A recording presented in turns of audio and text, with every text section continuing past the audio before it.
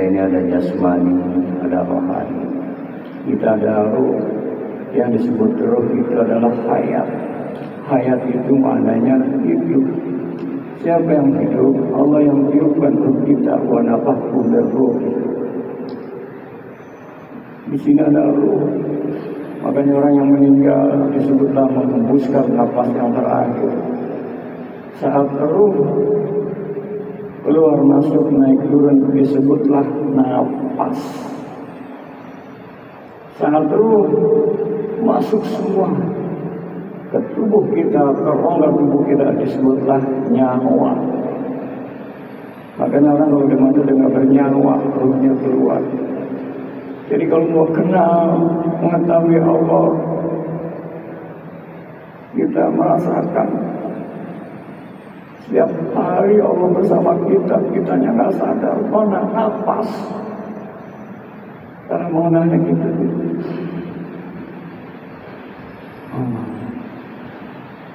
Tuh. Kemana-mana nggak? Kemana-mana. Baru kita bisa memahami wa nahnu aqrabu ilaihi min hablil warid. Allah lebih dekat dari urat nadi. Gimana tidak setiap saat. Jadi asyik, saat bersyukurnya juga enak. Alhamdulillah ya Allah.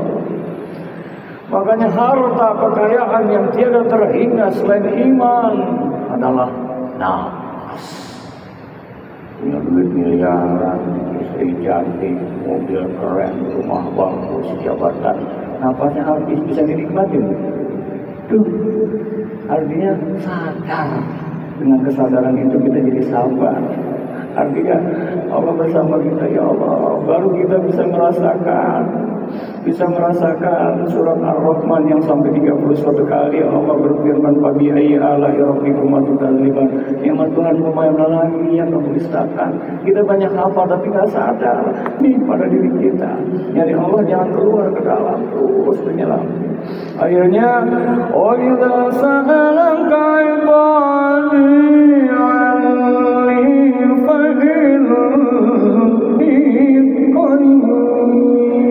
dan apabila hamba bertanya tentang aku ini dekat. Cuma kita nggak sadar. Tuh. Akhirnya kita merasa Allah Maha Baik, Allah Rahman Rahim. Kita belajar Asmaul Husnanya jadi enak. Allah Maha Adil, Maha Bijaksana.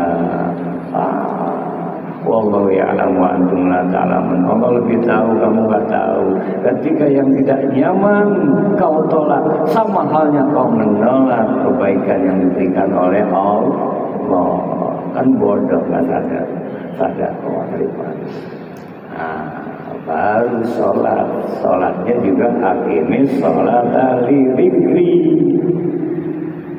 Dirikan sholat untuk mengingat, kan udah sadar tadi. Pikirannya pun jadi fokus kepada yang maha. Akhirnya kalau sudah sadar, dia bisa sabar, dia syukur yang ada, dia ridho, dia terima apapun jua. Kalau sudah demikian, hakikat sholat ada 4. Yang pertama, as-sholat ayat doa. Sholat bermakna doa pun dia panjatkan mantap dengan penuh keyakinan yang kuat. Sholat, aqimis sholat li dzikri. Makna yang kedua, berikanlah sholat untuk mengingatku.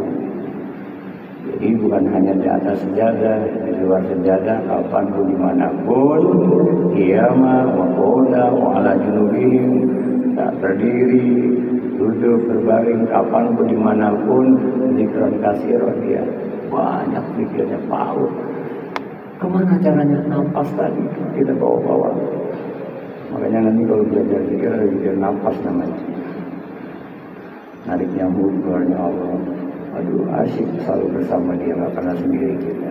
Enak nggak adem bersama yang selamatan hanya dari Allah. Nah akhirnya dari kita selalu membawakan hati kepada Allah. Makna sholat yang ketiga adalah as-sholat mi'rajul mu'minin. Sholat mi'raj orang yang beriman. Namanya mi'raj naik ke tangganya. spiritual kita meningkat, sabar kita naik, cakep. Saling tuh bersinergi, sabarnya bagus, sholat. Akhirnya dia menyadari selama ini, oh dia istighfar, ini alat dia.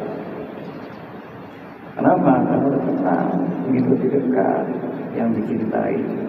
Biasanya kalau udah kenal bapak yang mencintai, ngobrol lama-lama enak gak yang mencintai. Asik ya tafakur, makanya asik itu ada kenikmatan tersendiri. Udah saling percaya. Kalau saling mencinta, pasangan kita biar geledek, petir apa, yang penting aku bersamamu yang asik nggak? Padahal lagi pada petir, ya suka duka bahagia dengan yang dicintai. Karena udah kenal dan tahu. Ya Allah yang kasih kita rezeki hidup dan kehidupan apa. Baru yang keempat ini yang disebut dengan sholat yang daim, terus menerus. Nah ingatnya terus menerus dari bangun tidur sampai tidur lagi. Ini ada pelajarannya ini ma'rifatullah. Gitu ya sementara ya. Jadi sabar sholat. Bapak mau sholat pakai sabar dulu atau langsung sholat? Sabar dulu, ngantri duduk, belat-belat pengen buang air kecil, ya sabar. Kalau mau sabar ini lama banget, pengumuman dulu, sabar dulu. Dan itu dari kesadaran, ya sadar maksudnya. Baik.